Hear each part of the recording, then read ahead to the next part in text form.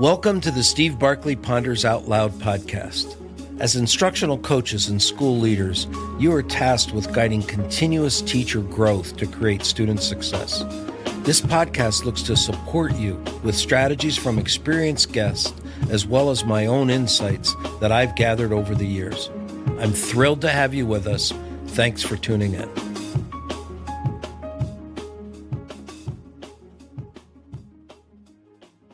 Making feedback matter. I'm excited to have Alexis Wiggins returning to our podcast. Alexis is the head of the upper school at the John Cooper School in Woodlands, Texas. She is also the director of teaching and learning. Alexis has worked as a teacher, coach, consultant, and administrator in the United States, Spain, the Middle East, and Asia. On a previous podcast, Alexis shared the value of student-led discussions to develop student skills in analytical thinking, complex problem solving, reasoning, and ideation. I reached out to invite Alexis back when I read a piece that she had written for ASCD titled Feedback That Matters. Alexis, thanks so much for returning. It's my pleasure. Your article began talking about the importance of feedback and reflection for learning. And I wondered if you'd talk a little bit about the connection of those two, because the more I've explored this, the more I've recognized the value of the two of those coming together. Yeah, thank you for that wonderful question, and thank you for having me back, Steve. It's great to be here. I think feedback is such a broad term that we use it, I think, so often without fully understanding what we mean by it and how students take it. And I'm always reminded of an interesting story my dad, Grant Wiggins, would tell in some of his workshops, where he described a student receiving papers all year from his teacher, and at the end of the year, thanking his teacher for a wonderful class and just saying, "I never understood this thing you always used to write on my paper, Vagoo."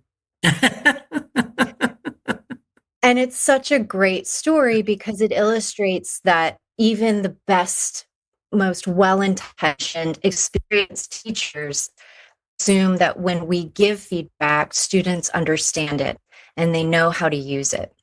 And so I think feedback and reflection have to go together. And we should never assume that when we give feedback to students, that it's actually understood or interpreted the way we intend it. So to me, the importance of feedback isn't just the giving of it, it's the using of it.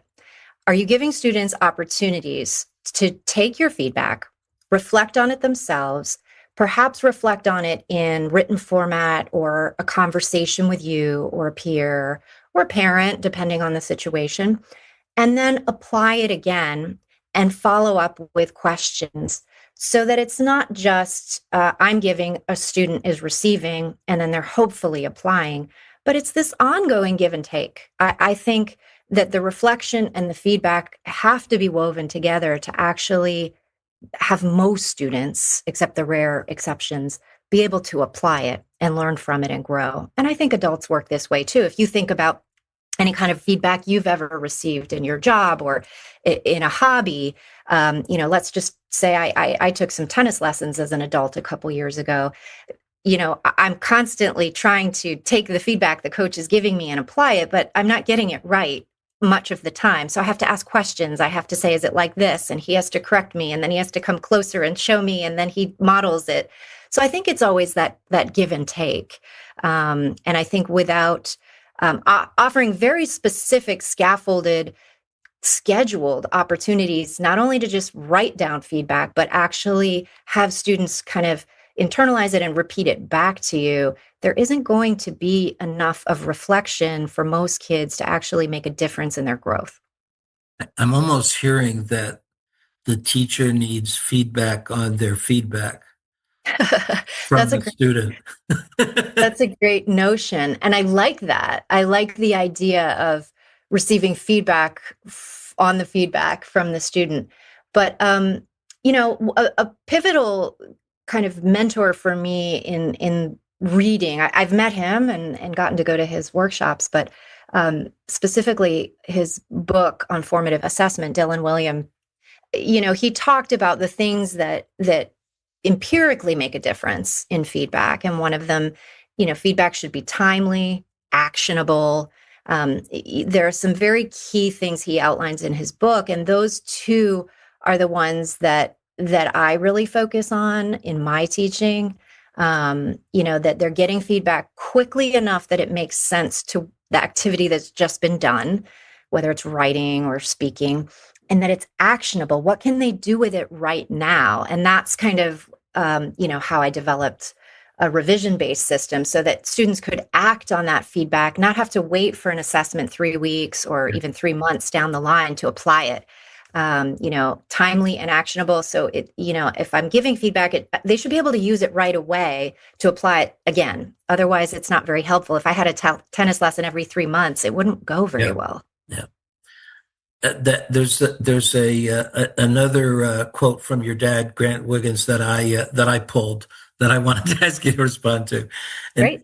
He had stated, as we have seen, research shows that less teaching plus more feedback is the key to achieving greater learning.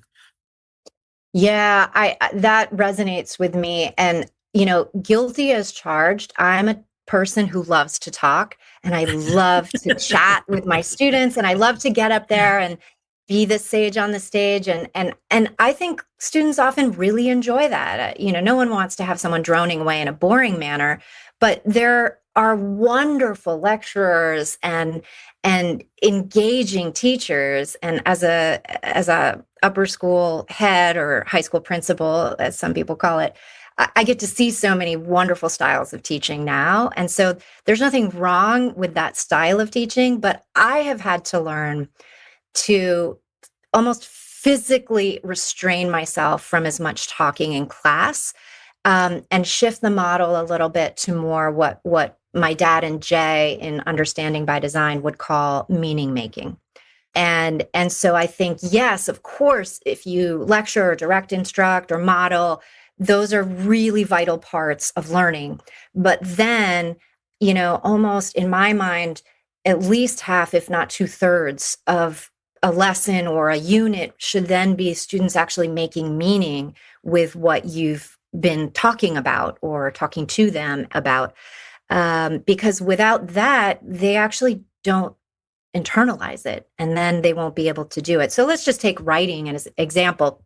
I might lead my students through an outlining process for a timed essay for an AP course. Let's say I taught AP literature a few years ago, and they're generally pretty capable students who are seniors. So it goes pretty quickly. It's not beginning writing, but you still have to sort of say, this is a model that's going to bring you success on the exam and also going to teach you how to organize your thoughts in a very kind of short time period and focus on what's most essential. And I might walk them through that and scaffold it and give them some guide. But then in class, I will have a timed essay and we will all write on a prompt, and I will write it with them. I will model that because, number one, I want to know what their stress is, and I feel it. I watch the clock ticking and I start feeling stressed, and I have, a master's degree in in literature. So, that's good practice. And then I try to write it at a level that's very high for their ability, but not like grad school, right? I try to write it at a level they can kind of understand, show them the vocabulary that they have access to that they could actually use, but not use vocabulary that they wouldn't know, for example. And then we go around and they would read mine and then reread theirs. And I would say, what am I doing that you aren't yet? And so they go back to the rubric and they look at the rubric and they start to be able to identify for themselves, like, oh, wow, like your diction is so much stronger than mine. Okay, well, that's normal. I'm older, I'm experienced, I have more degrees than you. But what could you do specifically to raise your diction in the next one? Now write that down, reflect on that. So then they would write like 3 goals at the bottom of their formative essay for the next time. And that might be, one lesson. We have 80-minute blocks where we are. So we might do the 40-minute writing, and then reflect in the second half. But if you have shorter blocks, you would do the writing one block, and then the next class you meet, do that reflective piece where they're reading mine and kind of reflecting on it and talking with each other. So that's a long way of saying there's so many ways to give feedback that aren't just grading. And I think, modeling is a kind of feedback. Discussion is a kind of feedback one-on-one with a student, as well as, giving them opportunities to reflect. I'm almost hearing the way you described that, you're creating an opportunity for the student to create their feedback. Say more about that. Yeah, yeah. Well, they're comparing their work to the model or to the rubric. They're pulling some meaning out of that, and then I think I heard you say they're then taking a next step, which is planning what they would do with the meaning that they pulled out of it. And that's that actionable piece. What's next? How can I apply this directly next time? So we might not write an essay again for a couple weeks, but I would have them pull out that old essay and I would have them have access to it when we write the next one. Gotcha. What do they want to remember? I don't need them to memorize that in a stressful moment. Oh, I need to remember to raise my diction level and to get to my point a little bit more quickly. All right, well, good. Have access to those feedback notes that you wrote for yourself last time. And then I think that is also important. Like, I'm sure most of your listeners have heard of John Hattie, but if not, they should put him on the reading list. I think one of the interesting things about his metadata, as I understand it, I'm not a expert, but it is that one of the principal kind of indicators of success in students is the ability to self-assess accurately. So if I'm just assessing the rubric, giving the feedback, giving a grade, and then keep trying, even through conversations, I'm not really setting themselves up for success beyond my class, or maybe even in my class. If I can get them to deepen their understanding of how to self-assess accurately. The hardest thing as a teacher is when you have a student who thinks they've nailed it and they've totally missed the mark. Those are the most painful, I think, cases to work with. But over time, I think there are ways to help those kids kind of grow and be better self-assessors. But that to me is also a really big goal. Sorry, I keep referring back to my dad, but of course he was such a mentor to me. He talked about a shop class, a wood shop or metal shop class he visited years ago in a public school. And he always used this example as a fabulous example of what good teaching is. He watched a student weld something and then come up to the table where the teacher had left a model. And the student looked at the model and kind of examined it, looked at his own and kind of went, and then went back to go fix his. And he said, that's really the kind of work we need to bring into every subject. So students have the ability to assess against models of all abilities. Good, I like to have my students looking at examples of essays, not even just in AP. I only taught AP a short time, but in ninth grade English classes, give them. Now with AI, it's so easy to give them fake models. I used to try to save models, take the names off of them, and I always had a folder of those. Now you can just have ChatGPT generate exactly the kind of model you want. It's terrific for that. And then you lay out 3 models, and you have the students assess, what they think the score would be. All those kinds of. I guess I'm talking now about assessment. But I think feedback should be embedded in all of that. Reflection and feedback are inherently tied to assessment. I think we're missing the mark if we don't think of it all as part of the learning. So in your article, you talked about revision-based assessment as a way for kids to get stronger at using feedback. So take us a little bit deeper with that. Yeah, so the very short version of this is about 20 years ago now, my goodness. I was at an independent school in New York, and I had heard about a college professor who no longer put grades on papers. He just put publishable or not yet publishable. And then students could sort of self-assess in his college writing class and keep trying until they reached publishable. And at the end of the semester, if they had 4 publishables, they had an A. And if they had 3 and 1, not yet publishable, they had a B or whatever the grade scale was at that college. And I thought that's really interesting. I'd like to try something like that because I was just tired of a mean average for writing, which is such an iterative process. I had worked for a short time as an intern and briefly in the editing world, and it just didn't. The work that the structure in most schools is not mirroring the real world. I heard more recently David Sedaris talk on a TED Talk or something about his 12th draft of an essay for the New Yorker.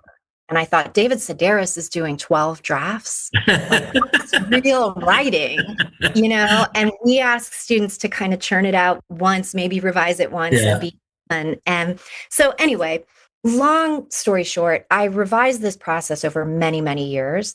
And now at my current school, we got to a place where our entire 9th through 12th grade English department uses what we call revision-based assessment. Now, let's talk pre-AI. Pre-AI, we would have students be able to revise drafts at home as much as they wanted to and kind of get closer through feedback, office hours, peer tutors, whatever methods we had available to them, we would allow them to use for revision-based assessment and then revise up to the, publishable. Now with AI, we've had to adjust a little bit, and I'm really sympathetic. It's a challenge right now when the bot can do the work for the kid and the kid is using it to cut corners, and we want to make sure that the feedback is coming from a human and going to a human. Jay McTighe talks about a nightmare scenario in which the bot teacher is giving feedback to the bot student writing, and it's just on a doom loop. So now what we've done is we have students do a lot of the only writing we grade in our department is done in class, but they have multiple attempts and they can revise with the teacher in office hours and then build those into the next draft in class and things like that. So it's all done in class. It's a shorter form. I hope someday we'll have the technology where we want it to be to kind of get back to that longer form take-home writing, but this is what we've needed to do for now. So yeah, the revision-based assessment has been a real boon to our department. We've seen scores go up. We don't know if that's a direct relation, but we have seen it. We don't know if it's correlation or causation, but we are seeing that trend since our entire department started using this. We have been tracking data anonymously on all the students. We survey them 4 times a year in all the 9th through 12th grade English courses to find out how they feel about it. And so I knew they would like the opportunity to keep trying their writing for a higher grade, and we don't have a mean average, so they can just revise up to publishable. And if they have, 4 publishables, they have an A by the end of the semester. So we knew they would like the grading kind of aspect of it. But what we didn't know is that they would talk about how much it has benefited their mental health. And even before COVID, we got this data from students that they were so much less anxious and stressed because if they were having a bad day, if they were having a rough week, if they had been sick, they had time to still show us what they could do by a certain deadline, but not just one particular day. Yeah. And that data is really compelling. We didn't expect that. And I think that's one of its biggest selling points for us and the students and the parents. In the beginning, some students got upset that if they could do it right the first time, it wasn't fair for other students to keep trying.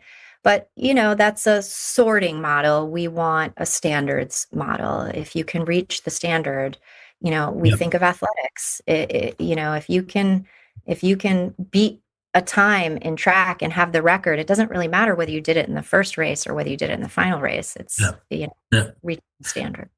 Are you familiar with Ron Berger's Austin's Butterfly?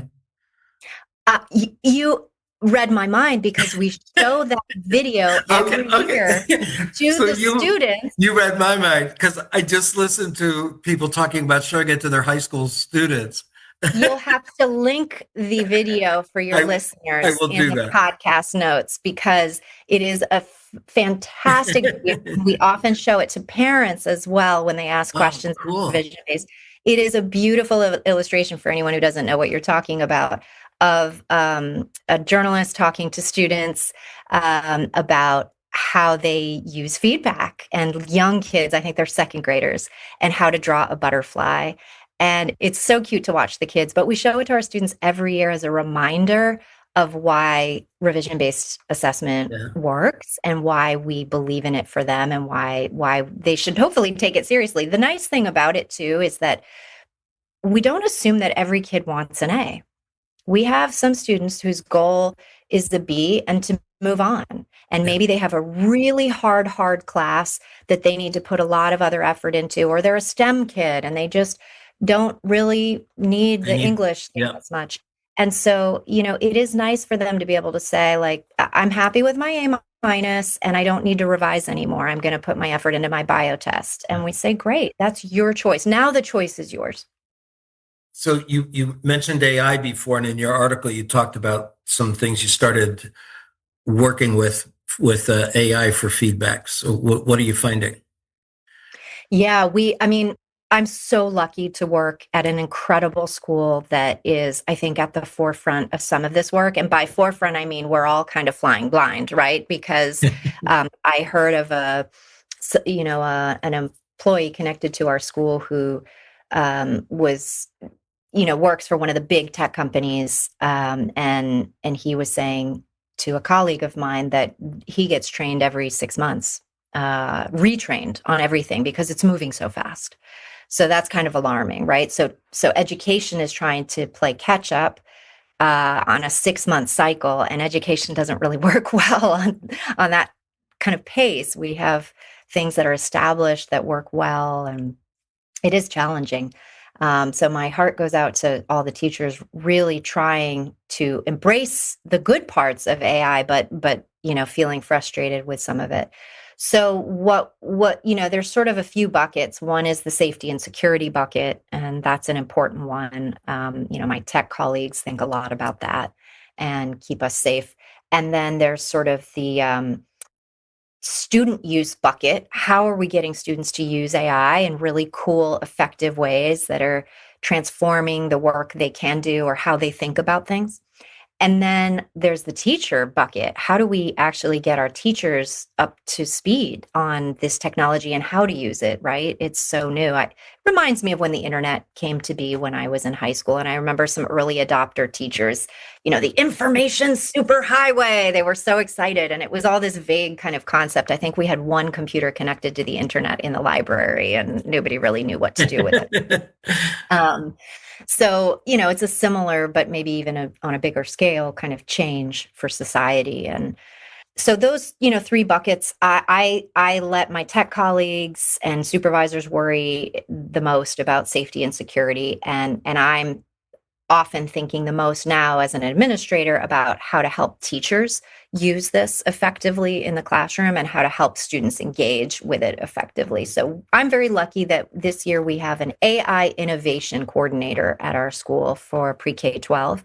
So he's sort of leading the way now, whereas in the last few years as the director of teaching and learning, I was working on the school's the AI guidelines for teachers, AI guidelines for students. So doing a lot of research and trying to figure out where we were. Where we landed was we have a few programs that we use. We settled on Magic School as the best one for safe student use. We tested a lot, and I feel really good about Magic School for student use. For teacher use, I think teachers like to use outside ones more often, like Claude and Perplexity, and of course ChatGPT. And we do have rules as a school about how to use those safely and ethically. We never, use student names, for example, in a outside company, for all the ethical reasons that we wouldn't want to do that. But it's interesting this year to listen to our AI coordinator because he has brought up some things that I haven't even thought about. So initially last year, I kind of tested what it would look like to grade a student essay in my class and then have them feed that essay to Magic School. And through that AI coordinator's help, he actually helped design a whole little program in Magic School. It was so easy to do that I could give the rubric, I could say things like, at our school, we use the Schaefer paragraph method. So please, in your feedback, reference those kinds of things. I could say, this is a first draft. Please don't focus too much on grammar or spelling. You can give that feedback lightly, but that's not the focus at this stage. So I could kind of prompt it like an intern, as they say, to give the students the kind of feedback I wanted them to. I had already graded the paper. I was doing it as a test. And then they fed it into Magic School. And so what I wanted to know was, with the rubric and with my parameters, how did Magic School do? And what's interesting about Magic School, unlike ChatGPT, is that I can see all my students and I can see their conversations with Magic School. So I have a record of everything they prompted and everything they received. It's almost like folders. You can go into each kid's chat.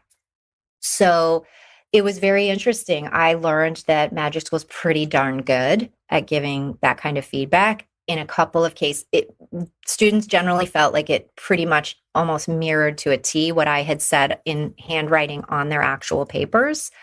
In a few instances, Magic School picked up on things I hadn't, and that was really interesting. So, I think some teachers have seen that, unfortunately, and said, great, I can outsource this work to the bot. And our AI coordinator has been really sounding the alarm on that outside of our school. I think a lot of college professors, they've done studies and they are really abusing this. And so I'm concerned about how feedback is being outsourced. And I don't think that is the best test case for AI right now. In fact, not at all. I would hesitate to recommend a teacher use it in any way like that. I wanted to test what it looked like, but teachers at our school are doing it in the drafting process, right? So, like, have a conversation with the bot. If here's my rubric and here's the assignment, is this thesis I've come up with strong? What can I do to make it stronger? And then, because in Magic School we do have the record of that chat, the teacher can see that dialogue, go around, help the student, have a conversation. So I would never use AI at this stage to replace human feedback. I would use it to draft, help, prompt, be a thought partner, and maybe test if it mirrors how well you do feedback. But I find it concerning that like I said, I think more students in college and probably high school are writing papers using AI, and the teachers are giving feedback using AI, and it's a problem. Who's learning then? Nobody. I guess the piece there is there's a way for students to learn how to get feedback. That's That's a great point. And I have two sons right now in high school, a 10th grader and a 12th grader. And I think I read something that kind of stopped me in my tracks, which is this year's seniors, which includes my son, are the first group of students going off to college next year who've never not had AI in high school. mm, And I thought, oh my, that's a real sea yeah, change for us. Are we ready? I'm lucky that at our school, all of our courses and our teachers really focus on citation, academic integrity, using AI and citing it. We've really tried to drill this. Of course, you can use these tools. You have to cite it if you are.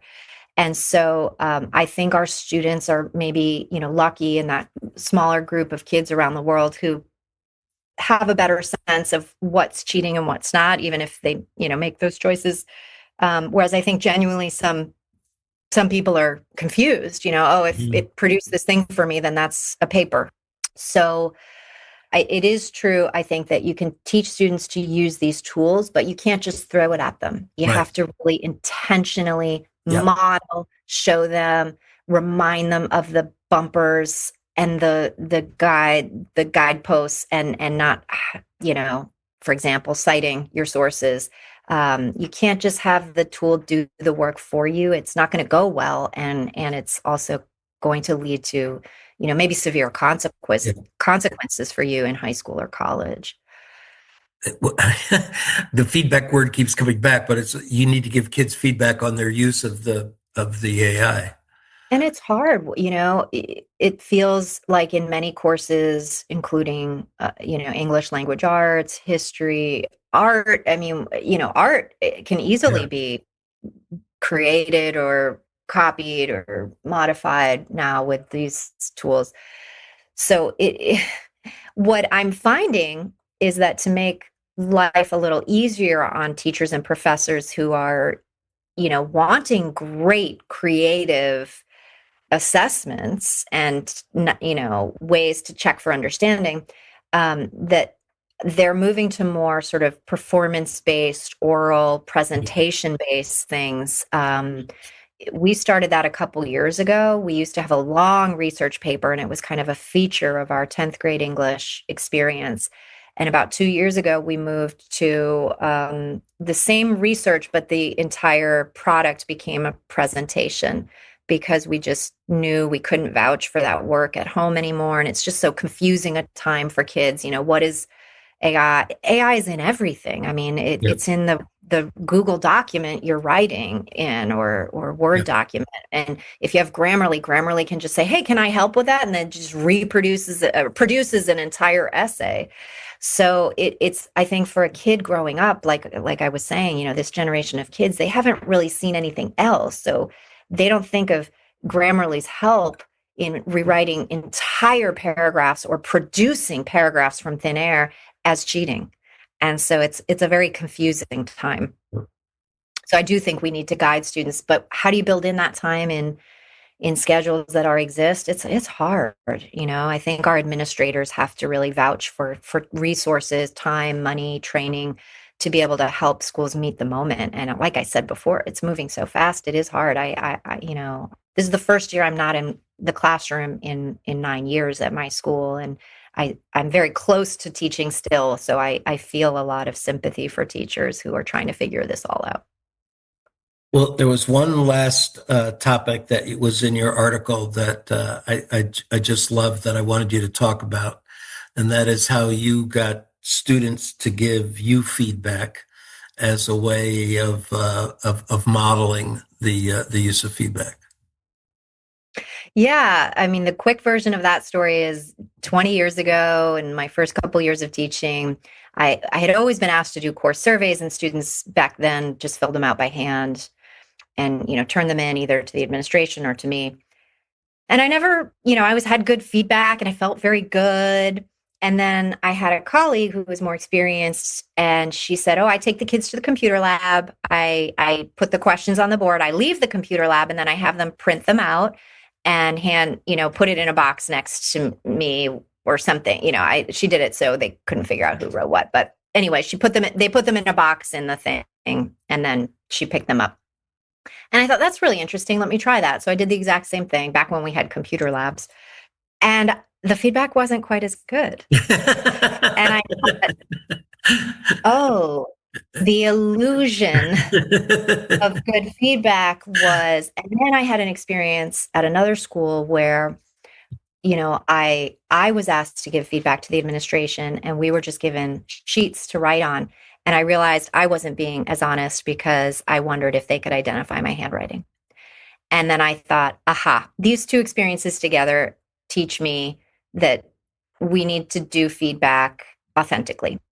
And so from then on, I embraced it. And I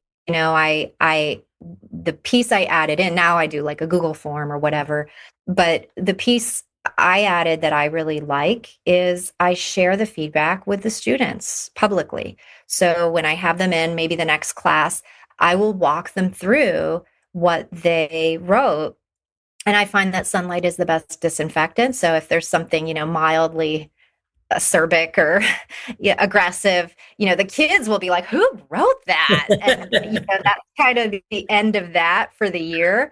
So I've never had anything like too horrible in there after that. But I find that, that extra step for me, it shows students that I take their feedback seriously. It's not just going into the ether and who knows what Ms. Wiggins does with it. So one year I had students who felt there was not enough grammar in the class. Can you believe that? So they were really vocally complaining about it. And then in the feedback, the data showed that it was just a very small minority of kids who felt that way, that the majority felt there was just enough or too much. And so I was able to share that data with the class and say, I'm really thankful for you speaking up who don't feel like we have enough grammar, but actually the class generally feels this way. And if you want more supplemental grammar, like come to me, I'll give it to you. So that's just a helpful data point. It kind of can dispel some of the, upset that brews. And I think it just shows students that you care about what they say. And I do take their ideas and feedback seriously. And to be honest, I like to do feedback once a quarter. With seniors, by the fourth quarter, I usually don't have time. They're getting into testing and things like that. But at least 3 times a year, if not 4 times a year, I will survey the students because I want to know what their favorite texts are, their favorite assessments are, their favorite units. Should I do this assessment again next year? I want to know all those things. I really take them seriously, and students have seen that we've taken out books that everybody hated and added other things that they suggested. And of course, they always say more food in class is like their suggestion. But there's often very valuable pieces of feedback in there, and I think that sharing it helps reduce some of the more problematic comments that would arise anyway. I'm almost hearing revision based when you get it every quarter. You have time to make a revision in the. That's right. Yeah, that's a great point. Yeah, and I mean that's really again timely and actionable. So if I'm going to ask for feedback at the end of the year, it's too late. Yeah. Right. I should be able to use that feedback in my teaching. I've never made that connection, Steve, but that's a really nice parallel. Yes, the feedback should be timely and actionable for students and also for faculty. You raising that impacted me because I'm doing a series of workshops which happen to be on feedback, but they just gave me the AI summary printout of the feedback that people gave at the end of the first session. And I've printed it as the first slide in my second session, and then point to some very specific changes that I'm implemented in the second session, as well as positives that they reinforced that I kept. So you triggered me to be sure that I was modeling in my workshop on feedback, my own use of feedback. That's great. That's good. Yeah, that's a good thought. I like that. Well, before we wrap up, any overarching thoughts concerning teachers' work with feedback?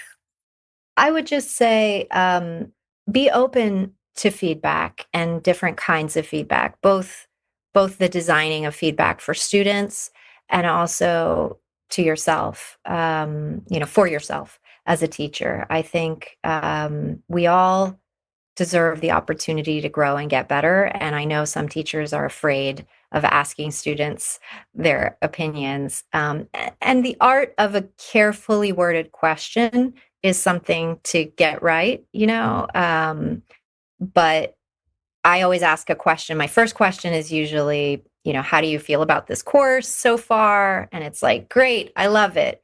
I like it. Meh, so or meh, I hate it. And then if they do I hate it, I always ask, okay, if you've chosen I hate it, can you give me a little example as to why? Is this course just not your thing? Is it something about the teaching? And usually when kids choose that, they'll say things like, English just isn't my thing. I'm a STEM person. And then that helps me know, okay, now I have someone in my class it's like almost a personal challenge to see, can I make this engaging for them, even if it's not their thing? And I know I don't need to take it personally. They don't hate me. They don't hate all literature. It's okay if they do.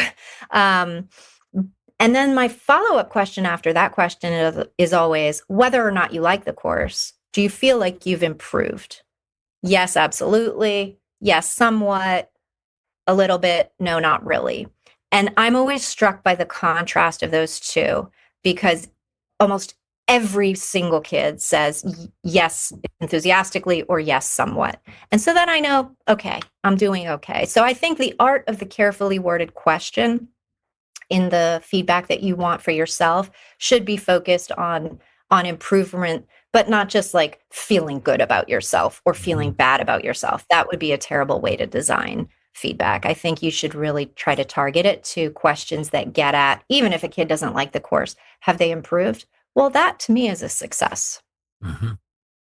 Well, thank you so much. I will put I'll put the link to the article that caught my attention in the lead into the podcast.